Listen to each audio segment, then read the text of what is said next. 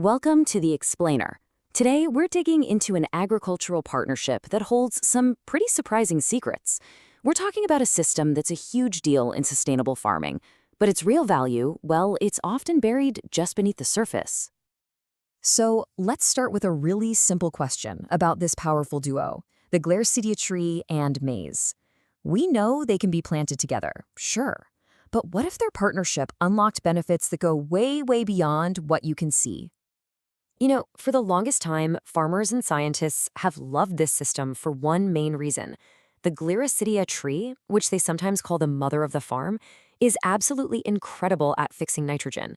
Its leaves basically become this free, all-natural fertilizer that boosts the maize crop. And that means you don't have to buy expensive synthetic stuff. It's a fantastic way to save money. But what if I told you that's only the beginning of the story? That the free fertilizer is just the tip of the iceberg, and the real gold is hidden much, much deeper. The nitrogen boost is great, but the true power of this system lies in three other profound benefits that most people overlook. Okay, so our first big discovery is how this partnership fundamentally rebuilds the very ground it grows on. This isn't just about feeding the plant for one season. We're talking about re-engineering the entire soil ecosystem from the ground up. So this is where we have to shift our thinking. It's not about just adding one nutrient, like nitrogen. It's about building a better foundation, a better soil matrix. The leaves from the Gliricidia tree, they enhance what's called labile organic matter, which is just a fancy way of saying it's the stuff that's quickly and easily available for the maize to use. It's like a constant, diverse buffet of nutrients. And that brings us to this kind of technical but super important property of the soil called cation exchange capacity, or CEC. Basically, you can think of it as a measure of the soil's fertility, its power to hold on to all the good stuff and not let it just wash away. A higher CEC means the soil acts like a really powerful chemical sponge. It literally grabs and holds on to essential minerals like potassium and calcium. This prevents them from getting washed away by the rain, which is a massive problem in a lot of farming systems. The tree also acts like a natural elevator. It's a process called nutrient mining. See, its roots go way down deep into the subsoil, pulling up trapped nutrients that the maize just can't reach. Then it brings those nutrients up into its leaves. When the leaves fall, they deliver this treasure trove of minerals right to the maize's shallow roots. It's brilliant. So what's the bottom line here? The soil becomes this healthier, much more resilient ecosystem. It's packed with nutrients, it holds onto water for way longer thanks to the mulch from the leaves, and it acts as a critical buffer against the growing threat of dry spells and climate change. But the benefits don't stop there, not even close. They actually extend all the way to the dinner plate. Because this system isn't just about the quantity of food we grow, it's about the quality. Believe it or not, this partnership doesn't just grow more food, it grows better food. And it does this by fighting something called anti-nutrients. These are compounds that are naturally in grains, and they can actually block our bodies from absorbing all the good minerals. And the data here is just wow. Take a look. Research shows a huge drop in compounds like phytic acid when you grow maize with Gliricidia. You can see the level is just so much lower.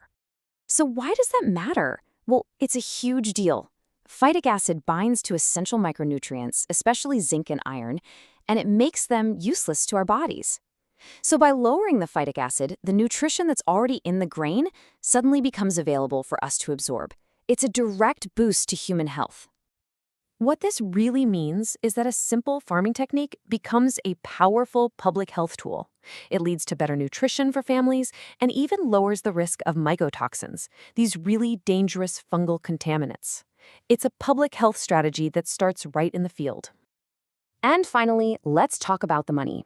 Let's look at how this system provides some serious economic stability that goes far beyond just getting a bigger harvest. It creates a real safety net for the farmer. When you look at the value here, the maize yield is really only one slice of the pie. The Gliricidia tree itself creates multiple, absolutely critical streams of income and savings for the farm. The farm basically becomes this more self-sufficient, resilient business. The tree's compounds help keep pests away, so you save money on chemicals. Its leaves are amazing food for livestock, and its branches are a sustainable source of firewood. All this diversification makes the farmer so much less vulnerable to market swings and unpredictable weather. So let's pull all of these threads together. We need to stop seeing this as just a neat little trick for free fertilizer. we need to see it for what it truly is, a deeply sophisticated and interconnected system. This table really sums up our journey perfectly, doesn't it? We started with the surface story: free fertilizer, bigger harvests, saving a bit of cash. But the deeper reality is just so much more powerful. We're talking about building a healthy soil ecosystem, literally making our food more nutritious and creating true economic resilience. And this quote just hits the nail on the head. It's a fundamental shift in how we think. Farmers using this method aren't just growing a commodity like maize. They are actively cultivating resilience itself, building a system that can sustain their farm, the environment, and their families for the long haul. And that leaves us with one final big thought. This Gliricidia-Maize partnership shows us there's this hidden depth and synergy that we almost completely overlooked. So the question is, what other hidden gold is just waiting out there to be discovered in nature's own designs?